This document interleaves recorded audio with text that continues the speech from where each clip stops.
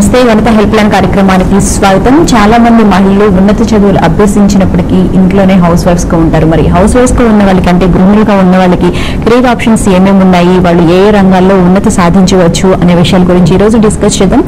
మనకి దీంట్లో మాట్లాడడానికి మనతో పాటు ఉన్నారు ప్రముఖ అడ్వకేట్ శ్రీనివాస్ గారు, అలాగే రిటైర్డ్ ప్రిన్సిపల్ కనక దుర్గ గారు. నమస్కారం అండి.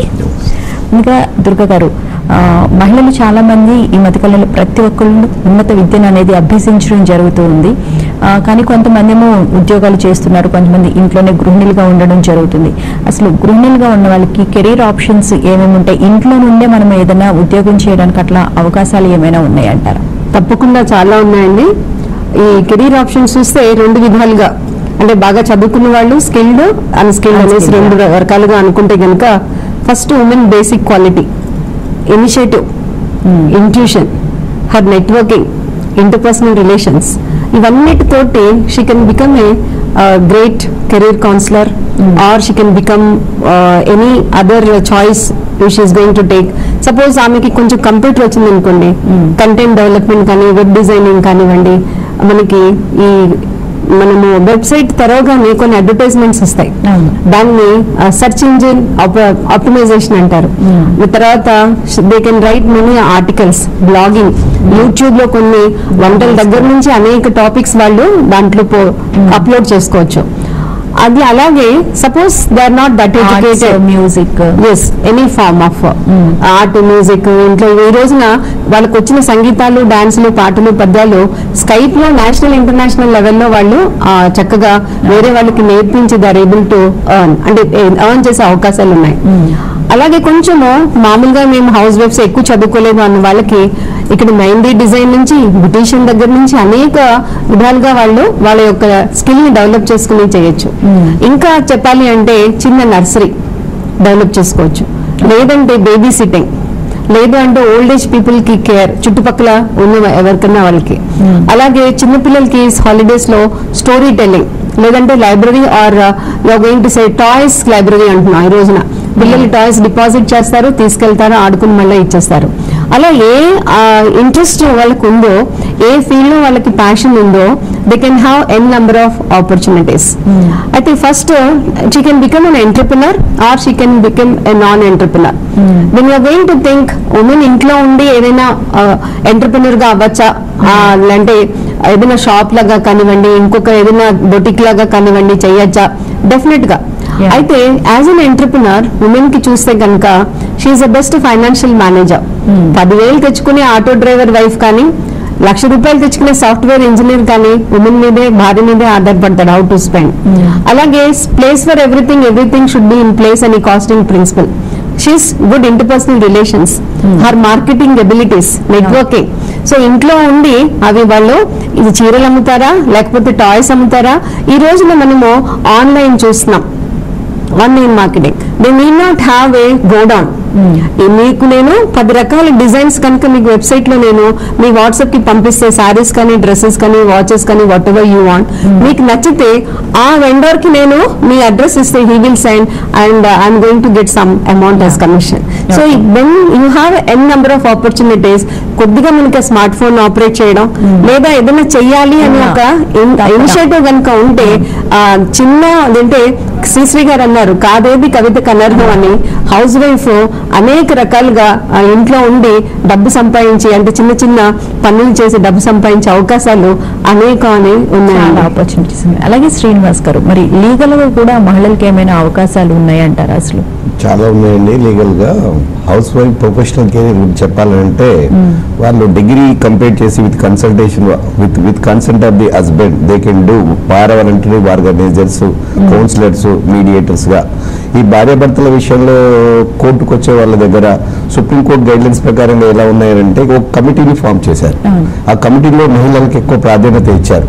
డిస్ప్యూట్ అంటే ఈ గొడవ ఎందుకు వస్తున్నది, వీళ్ళని డైరెక్ట్ గా అరెస్ట్ చేయడమే కానీ రిమైండ్ చేయడం అనేది జరగట్లేదు. సుప్రీంకోర్టు గైడ్ లైన్స్ ప్రకారంగా వాళ్ళని కౌన్సిలింగ్ చేసిన తర్వాత తప్పు ఎక్కడ జరుగుతుందని తెలుసుకొని వాలంటరీ ఆర్గనైజేషన్ సమక్షంలో భార్యాభర్తల డిస్ప్యూట్ ఏదైతే ఉందో, గొడవ ఏదైతే ఉందో వాళ్ళని కూర్చోబెట్టి మాట్లాడి 2 దఫాలుగా 3 దఫాలుగా వాళ్ళని కౌన్సిలింగ్ చేసిన తర్వాత వాళ్ళకి పూర్తిగా వాళ్ళ అండర్స్టాండింగ్ వచ్చిన తర్వాత చిన్న చిన్న ఏదో తప్పులు జరుగుతుంటాయి, దాన్ని పెద్ద ఇష్యూ చేయకుండా ఆ సమస్య అక్కడికే జరిగిపోతుంది కాబట్టి సాల్వ్ అయిపోతుంది కాబట్టి వాళ్ళని వాలంటరీ ఆర్గనైజేషన్ గా వాళ్ళు భార్యాభర్తలు మీడియేషన్ చేస్తారు. కౌన్సిలర్ గా ఉంటారు. కౌన్సిలర్ ఉంటే మహిళలు బయటికి పోయే అవకాశం లేదు.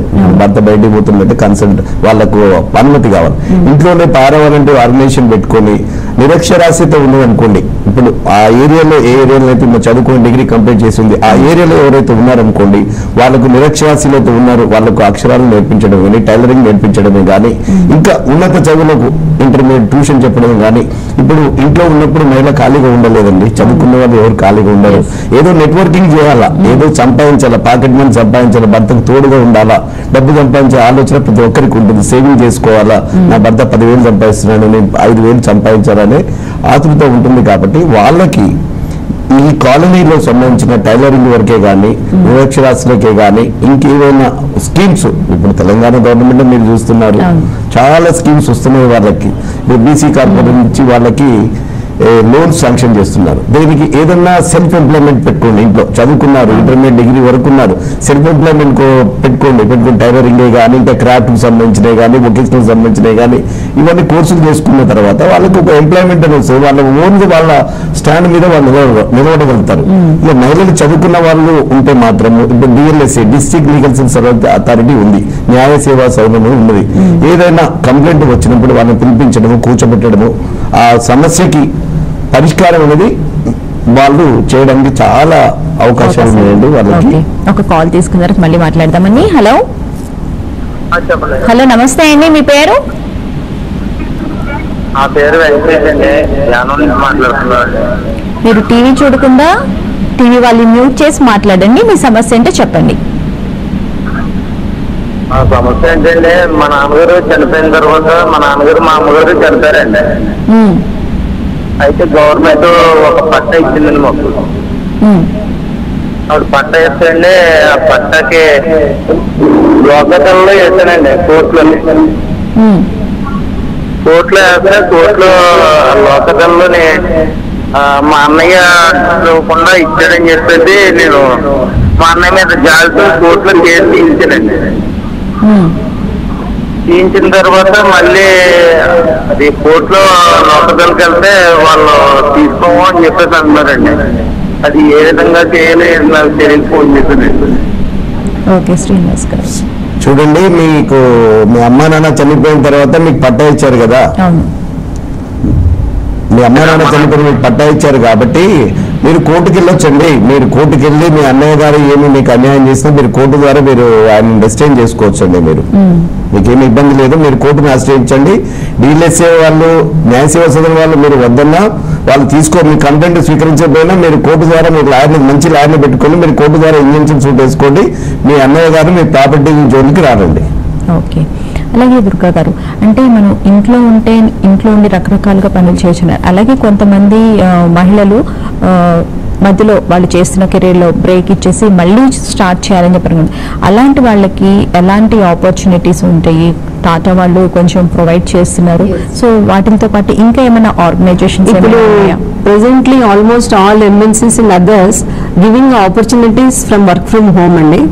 అది మనము కంప్యూటర్ సైడ్ డిటిపి అనండి, లేకపోతే ప్రాజెక్ట్ మేనేజ్మెంట్ అనండి, ఏ ఆర్గనైజేషన్స్ అయినా దాదాపు ఉమెన్ కి అటువంటి ఆపర్చునిటీ ఇస్తున్నారు. కాకపోతే ఇక్కడ మనము చదువుకున్న వాళ్ళు ఒకవేళ ఎక్కువ నేను చదువుకోలేను, but they will have other talents. Like suppose I'm a good cook, ఈ రోజున కర్రీ పాయింట్స్ నేను ఎవరినో కాస్త అపాయింట్ చేసి 4 కూరలు వండేసి పొద్దున 1000 రూపాయల కూరలు తెచ్చి వండి ఒక చిన్న షాప్ లాగా పక్కన ఒక టేబుల్ మీద 4 క్యాసరోల్స్ పెట్టించి ఎవరితో నమ్మించాను అనుకోండి, by evening I may get 2000 rupees. ఆ అమ్మిన వాళ్ళకి ఏదో 10-20% ఇవ్వచ్చు. సో ఇలా when you want to make, అంటే మన చేతిలో ఏ స్కిల్ ఉంది, కుట్లు, అల్లికలు, టైలరింగ్ అటువంటివి ఉన్నాయా, లేకపోతే బాగా వంటలు చేయగలమా? ఈ రోజు నాకు తెలిసి మొన్న మా తెలిసిన కాలనీలో ఒక పెద్ద ఆవిడ ముగ్గులు నేర్పిస్తా అంటే చక్కగా 4 అమ్మాయిలు వచ్చి నేర్చుకున్నారు. అంటే ఆవిడకి ఏదో తృణమో పణమో ఇచ్చారు, అఫీషియల్ గా క్లాసెస్ లాగా మనీ తోటి రన్ చేయకపోయినా. అంటే nowadays children are showing so much of interest in summer. వాళ్ళకున్న టైంని ఏదో విధంగా కన్స్ట్రక్టివ్ గా యూజ్ చేసుకోవాలి అని. సపోజ్ ఆవిడ మీకు ముగ్గులతో పాటు ఏదో 4 నీతి కథలో లేకపోతే వంటలో ఇంకేదైనా చెప్తాను అని అన్నారనుకోండి, maybe she can charge some amount. So ఇలాగా whatever the opportunities they have nearby, అంటే మనకున్న టైంలో మనం ఎటువంటివి చేయించగలము.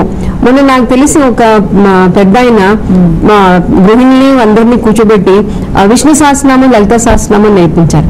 అది 1 month, అంటే పర్ డే ఎంతెంత నేర్పించాలి, వాళ్ళు ఏ టైంకి రావాలి, ఆ టైం అయిపోతే ఆయన రానివ్వరేమో అని అందరూ చాలా డిసిప్లిన్ గా టైంకి వెళ్ళారు, పంక్చువాలిటీ అవన్నీ.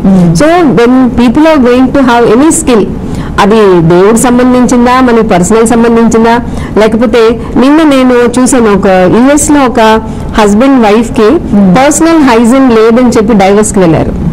సో ఇటువంటి చిన్న విషయాలు, when you're going abroad, grooming sessions చిన్నవే, అంటే how we have to take care of our selves, అది బాడీ ఓడర్ కానివ్వండి, ఓరల్ హైజీన్ కానివ్వండి, మనం వీసా గురించి, మన పాస్పోర్ట్ గురించి, డ్రెస్ గురించి తాపత్రయపడతాం, కానీ మిగిలినవి how they are going to be. Then చిన్న ప్రాబ్లమ్స్ వచ్చినప్పుడు how the counseling has to be. These all things can be taken up by the experienced women or those who are elderly persons కానివ్వండి. చిన్న certificate course online అనేక ఉన్నాయి, Nagarjuna university life skills అని కానివ్వండి, తర్వాత international వాళ్ళు certificate in stress management, అలా అనేక ఉన్నాయి. Anything you can do and you are able to guide them either through computer or personally in your free time, and it is going to be a source of income to the ladies. Okay, next call ఒకటి తీసుకుందామండి. Hello hello, నమస్తే అండి, మీ పేరు? Hello, నమస్తే madam, Kadapa నుంచి శ్రీనివాస్ మాట్లాడుతున్నాను. శ్రీనివాస్ గారు చెప్పండి. మేడం, నేను 10 years అయ్యి డ్రైవర్ చేస్తాను. ఓకే, అయితే 2 ప్లాన్స్ మా భార్య పేద, నాకు 2 ప్లాన్స్ ఉన్నాయి. అది మేము ఆ ప్లాన్ 10 years అయితే డ్రైవర్ చేస్తాను. ఆ ప్లాన్స్ మాకు ఇద్దరు పెళ్లి ఉండడం వల్ల ఎవరికైనా అమ్మాలంటే రిజిస్ట్రేషన్ ఇద్దరు చేయాలా, మేడం? ఓకే, ఇద్దరు చేయాలని అడుగుతున్నారా?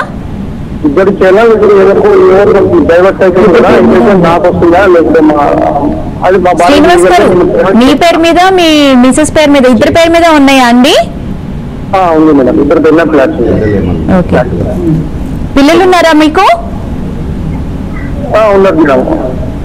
ఓకే, సరేనండి. శ్రీనివాస్ గారు, మీరు మీ ప్రాపర్టీస్ జాయింట్ రిజిస్ట్రేషన్ ఉంది కాబట్టి మీకు డైవర్స్ 10 సంవత్సరాల కింద వచ్చింది. మీరు మీ డైవర్స్ తీసుకుంటే మీరు ఏమైనా ఎంఓఈ ఎంటర్ చేసుకున్నారా తెలియదు. అది లీగల్ గా అంటే మీకు డైవర్స్ క్లియర్ గా మీ ప్రాపర్టీస్ కూడా మెన్షన్ చేసి ఉంటారు కాబట్టి మీ అపోర్షన్మెంట్ ప్రకారం మీకు ఎంతకైతే ప్రాపర్టీ ఉందో 200 గజాలు ఉందనుకోండి, ఈక్వల్ గా 100 యార్డ్స్ మీరు ఈక్వల్ గా ఎక్స్చేంజ్ చేసుకోవచ్చు డీడ్ని. మీ పిల్లలు ఏమన్నా, మీ పిల్లలకు కూడా ఆ ప్రాపర్టీలో రైట్స్ వస్తుంటాయి. వాళ్ళకి నాన్నగారి ప్రాపర్టీ వాళ్ళు మేజర్ అయ్యేంత వరకు 18 years వరకు గార్డియన్షిప్ ఉంటుంది పేరెంట్స్ది.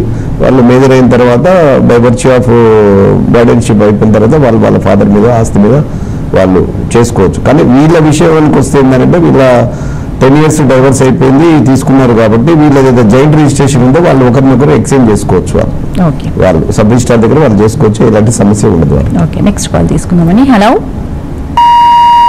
హలో, ఓకే, సరే. దుర్గ గారు, అంటే కొంచెం చదువుకున్న వాళ్ళకంటే ఇట్లా ఆన్లైన్ క్లాసెస్ కానీ ఏదైనా అట్లా చేయొచ్చు. చదువుకున్న వాళ్ళు, ఇందాక మీరు చెప్పారు ఒక పెద్ద ఆవిడ ముగ్గులై నేర్పిస్తున్నారని, అవి కాకుండా ముగ్గులతో పాటు విష్ణు సహస్రనామం ఇలా చిన్న నేర్పించడం వల్ల, ముఖ్యంగా ఈ సమ్మర్లో మహిళలు కూడా పిల్లల్ని తీసుకువెళ్తూ పాటు మహిళలు కూడా వాళ్ళు ఏ రంగాల్లో ఇంట్రెస్ట్ ఉన్నారు, కొంతమందికి ఫారెన్ లాంగ్వేజెస్ నేర్చుకోవాలని ఉంటుంది, అలా నేర్చుకున్నా కూడా వాళ్ళ కెరియర్కి సంబంధించి ఇంట్లో ఉండే వాళ్ళు ఏమైనా క్లాసెస్ ఆన్లైన్లో కండక్ట్ చేయడానికి అవకాశం ఉందండి. ఇప్పుడు మనకి ఈ రోజున స్కైప్ అనేది చాలా అవైలబుల్ గా ఉంది. జియో ఇచ్చిన వరం అనండి, శాపం అనండి. People are benefiting and not benefiting, 2 విషయాలు ఉన్నాయి కత్తిపదం లాగా. అయితే ఈ స్కైప్ ని యూజ్ చేసుకుని సంగీత పాఠాలు చెప్తున్నారు, డాన్స్ పాఠాలు చెప్తున్నారు, కుట్లు అల్లికలు నేర్పిస్తున్నారు, వంటలు నేర్పిస్తున్నారు, పిల్లలకి కావాల్సిన పద్యాలు పాటలు నేర్పిస్తున్నారు. So when you are going to have the opportunity, అన్నిటికన్నా ఇప్పుడు ఒకవేళ వాళ్ళకి ఇటువంటి పద్ధతిలో వాళ్ళు చేయలేకపోతే కనుక నానిగా చాలా మంచి ఆపర్చునిటీస్ ఉన్నాయి ఎక్కువ చదువుకున్న వాళ్ళకి. ఇప్పుడు పేరెంట్స్ ఇద్దరు software, they want hygienic atmosphere, ఇంట్లోనే వాళ్ళని ఉంచుకోవాలి, బయటికి వెళ్ళి వాళ్ళు చైల్డ్ కేర్ సెంటర్ లో ఉంచితే ఆ జలుబులు దగ్గులు పసిపాపకు వస్తాయని భయం. వాళ్ళు చక్కగా ఒక 8,000 10,000 ఇచ్చి వాళ్ళ ఇంట్లోనే ఒక పెద్దవాళ్ళ ఇంట్లో అమ్మమ్మలో బామ్మలో ఉంటే వాళ్ళని మానిటర్ చేయమంటున్నారు. నానిగా they are able to say ఏదో మార్నింగ్ 9 to 5 జాబ్ లాగా పేరెంట్స్ వచ్చేదాకా. సో ఇలా చిన్న అవకాశాలు అనేక రకంగా మనకి, అలాగే బెడ్ రిడన్ పేషెంట్స్ ని చూడగలడం అంటే బెడ్ సైడ్ అసిస్టెంట్ అంటున్నాము. సరే ఇంకా మనం పారామెడికల్ అలాంటి ఆయన చెప్పినట్టుగా ఆ మెడికల్ వి కనుక మల్టీపర్పస్ నర్స్ లాగా నేర్చుకునే ఉంటే చాలా అవకాశాలు ఉన్నాయి.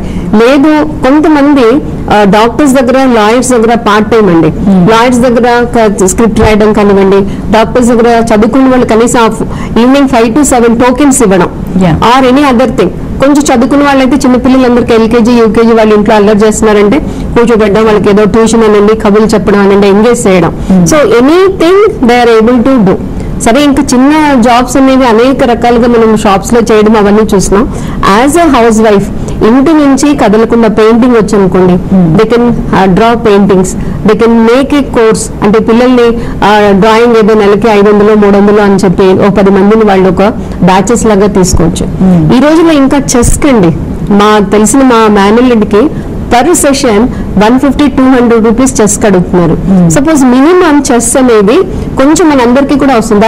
మన స్కిల్స్ షార్పెన్ చేసుకుంటే we can become a chess coach or carroms. అలా అనేక రకాలైన అవకాశాలు ఉన్నాయి. ప్లస్ మనం వాటిని క్రియేట్ చేసుకోవడం, తెలుసుకోవడం తోటి ఈవెన్ హౌస్ వైఫ్స్ కూడా పార్ట్ టైం కానివ్వండి, వాళ్ళకున్న సమయాన్ని కన్స్ట్రక్టివ్ గా యూజ్ చేసుకుని డెఫినెట్ గా ఇన్కమ్ అనేది వాళ్ళు సంపాదించుకోవచ్చు. ఓకే, కాల్ తీసుకుందామని. హలో, నమస్తే మేడం. నమస్తే అండి, మీ పేరు? నా పేరు వచ్చి వేణు అండి, నుంచి మాట్లాడుతున్నాం. చెప్పండి. ఖమ్మం డిస్ట్రిక్ట్ అండి. మా అన్నయ్యకి చిన్న ప్రాబ్లం ఉందండి. యాక్చువల్గా ఏంటంటే అతను 15 years బ్యాక్ మ్యారేజ్ అయింది. కొంచెం గట్టిగా మాట్లాడతారా? హలో మేడం, మా అన్నయ్య గారికి 15 years బ్యాక్ మ్యారేజ్ అయిందండి. ఓకే.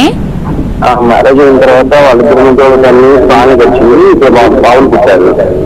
బావులు పుట్టిన తర్వాత ఇప్పుడు బాగా బిల్డింగ్ చేస్తున్నా అమ్మాయి బయటకి వెళ్తే వేరే మ్యారేజ్ చేసుకుని హైదరాబాద్ వెళ్తారు. అయితే ఇప్పుడు మా అన్నయ్య ఇప్పుడు మాది మొత్తం సెటిల్ చేసాం. అతను బాగుంటున్నారు. అతను మ్యారేజ్ చేద్దామంటే మొన్న మ్యారేజ్ కూడా అయితే అమ్మాయికి అతనికి డైవర్స్ తీసుకున్నారా తీసుకోలేదా అని అడుగుతున్నారు. అమ్మాయిని కన్సిడర్ చేద్దామంటే అమ్మాయి ఎక్కడ ఉంటుందో అర్థం కావట్లేదు. ఎక్కడ హైదరాబాద్ లో ఎక్కడ ఉంటుంది, పిల్లలు తీసుకుని చెబుతున్నారు. వాళ్ళ అమ్మ ఇంటికి వెళ్తే మేము దగ్గర 10 years గడిచిపోయింది. ఏం చేయాలో అర్థం కావట్లేదు. అంటే డైవర్స్ కి అట్లా ఏం అప్లై చేయలేదా అండి? లేదండి, అప్పుడు మామూలు పెద్ద మనుషుల్లో మామూలు మాట్లాడుకున్నాం అండి. పెద్ద మంచి కాపులు రాపిద్దామని చెప్పి అనుకుంటే బాబుని మేము తీసుకున్నాం, బాబుని మేము తీసుకుంటాం అని చెప్పి మాట్లాడుకున్నాం అండి. వాళ్ళు అయిపోవడం మా అయిపోదు. సరే రేపు మొత్తం బయలుదేరినట్టు మొత్తం వాళ్ళ ఇంట్లో పిల్లలని తల్లి తీసుకుని వాళ్ళమ్మని తెలిపారు. దగ్గర 3 సంవత్సరాలు మేము తిరిగినా కూడా వాళ్ళు ఎక్కడ ఉంటున్నారనేది ఏం చెప్పట్లా. ఇప్పుడే అమ్మాయి ఒక్కడు సింగిల్ గా ఉండిపోతున్నాడు. మ్యారేజ్ చేద్దాం అనుకుంటే అమ్మాయి ఎక్కడ ఉందో అర్థం కావట్లేదు. పోలీస్ కంప్లైంట్ ఇచ్చారా? ఏమి ఇవ్వలేదు మేడం. అసలు సజెషన్ ఎలా ప్రొసీడ్ అవ్వాలని చెప్పి మేము కాల్ చేస్తాం. చూస్తా ఉన్నాం, టీవీ చూస్తా ఉంటే కాల్ చేసుకుంటున్నాం. 10 years నుంచి ఏం చేయాలని అడుగుతున్నారు. చూడండి, మీరు మంచి అడ్వకేట్ని ఖమ్మంలో పెట్టుకొని వాళ్ళ పేరెంట్స్ యొక్క అడ్రస్కు మీరు ఒకటి నోటీస్ ఒకటి పంపించాలండి. మీ అన్నయ్య మ్యారేజ్ జరిగి 15 years అయింది. 10 సంవత్సరాలు చక్కగా కాపురం చేశారు.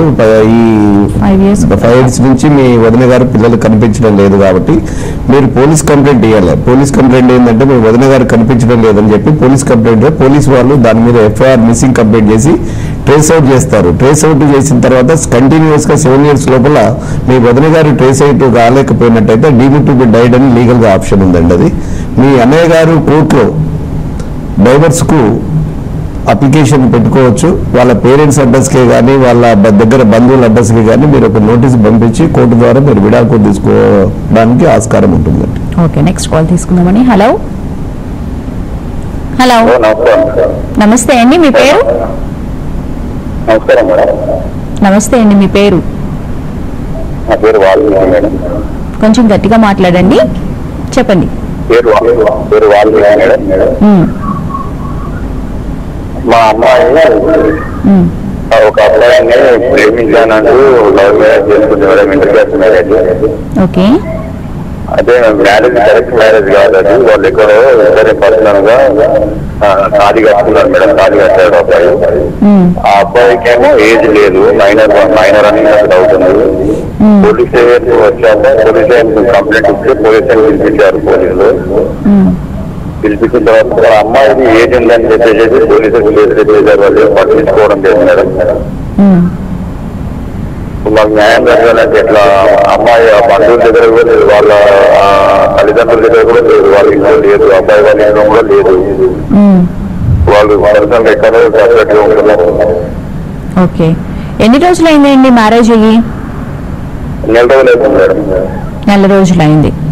ఓకే, నెల రోజులు అవుతుంది. వాళ్ళు మ్యారేజ్ తాళి కట్టాలంటే ఎక్కడో పర్సనల్ గా కట్టారు. ఎవరు సాక్ష్యం లేదు, ఎవరు లేదు మేడం. అంటే గుళ్ళో జస్ట్ తాళి కట్టారు అంతే? మెడలో తాళి కట్టాడంటే ఎక్కడో ఒక్కడే కట్టాడు, ఎవరు దానికి సాక్ష్యం లేదు, ఏం లేదు. పోలీసులు ఏమో అమ్మాయికి ఏజెంట్ కదా మీ తరఫున మాట్లాడడం లేదని చెప్పి చేతులు చెప్తున్నారు మేడం. మరి అబ్బాయికి ఎన్ని ఇయర్స్ ఉన్నాయి? మైనర్ అంటున్నారు కదా? నా మైనర్ నాకు అవుతుంది మేడం. 20 వరకు ఉంటారు అనుకుంటున్నా మేడం. నేను పోలీసులు ఏమో ఏం విచారణ చేయడం లేదు, గట్టిగా తీసుకోవడం లేదు.